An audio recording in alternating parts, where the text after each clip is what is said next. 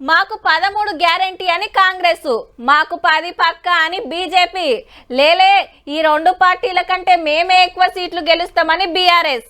మా సీటు మాది అని మజ్లిస్. కానీ ఉన్నయే 17 సీట్లు.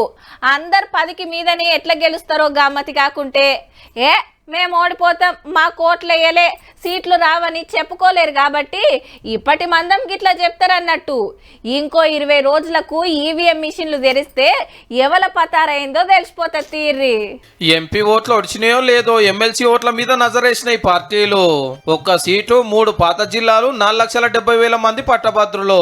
కాంగ్రెస్ పార్టీకి వెళ్ళి తీన్మార్ మల్లన్న నిలబడితే బీఆర్ఎస్ రాకేష్ రెడ్డికి, బీజేపీ ప్రేమేందర్ రెడ్డికి టికెట్లు ఇచ్చినాయి. ఈ ముగ్గురిట్లా రాకేష్ అన్న ఒక్కడే కొత్త. ఈ ఇద్దరు 3 ఏళ్ల కిందట ఒట్లాన్యోళ్లే.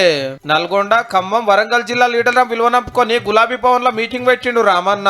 అయితే వరంగల్ జిల్లాల ఎమ్మెల్యే పల్లా రాజేశ్వరరెడ్డి గారి పెత్తనం ఎక్కువైంది, ఆయనతో తిరగటానికే టికెట్ ఇచ్చిర్రు. మాకు నచ్చలేదని చాలా మంది లీడర్లు దుమ్మా కొట్టిరు మీటింగ్ కు. అవతల వైపు కాంగ్రెస్ పార్టీ నుంచి పోటీ చేస్తా ఉన్నాడు.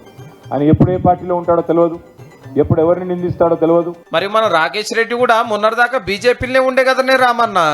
ఆ కేటీ రామారావు ఏమో తీన్మార్ మల్లన్న మా రాజ్యాన్ని కూల్చేదాంట్లో ఉన్నాడు కాబట్టి అతను గెలవద్దని తిరుగుతా ఉన్నాడు. మరి మీ మల్లన్న గెలిచి అసెంబ్లీకి పోవాలా, ఓడిపోయి శ్మశానానికి పోవాలా మీరే డిసైడ్ చేసుకోవాల్సిందిగా. కాంగ్రెస్ లీడర్ల మీటింగ్ నిన్ననే అయ్యింది సీఎం సార్ ఇంట్లో. అందరు ఒక్క మాట మీద నిలబడి ప్రచారం చేయాలి, అంత అవసరం అయితే నేను కూడా వస్తా అన్నాడట రేవంత్ రెడ్డి సారు. ఆల్రెడీ మల్లన్న ప్రచారం జోరుగా నడుస్తుంది. 2 మాటలు ఓడిపోయినోడు ఈ తాపకు అధికార పార్టీ క్యాండిడేట్, మళ్ళా కామ్రేడ్లు జనసమితి హిమ్మతియబట్టే ఇక అల్కగా మండలికి పోతానే నమ్మిక తోటున్నాడు. అటు బీజేపీ ప్రేమేందర్ సార్ కూడా అంతటా తిరుగుతున్నాడు, అందరిని కలుస్తున్నాడు, నన్నే ఎమ్మెల్సీని చేయాలని కోరుతున్నాడు. పబ్లిక్ లా పార్టీకి పతారా పెరిగింది, మోడీ సార్ని చూసన్న ఓటేస్తారని సారా అపోచ్చానా. 27 తారీఖు నాడు పట్టభద్రులు ఓటేస్తే కొత్త ఎమ్మెల్సీ ఇవ్వాలనేది 5 తారీఖు నాడు ఎరుకైతుంది.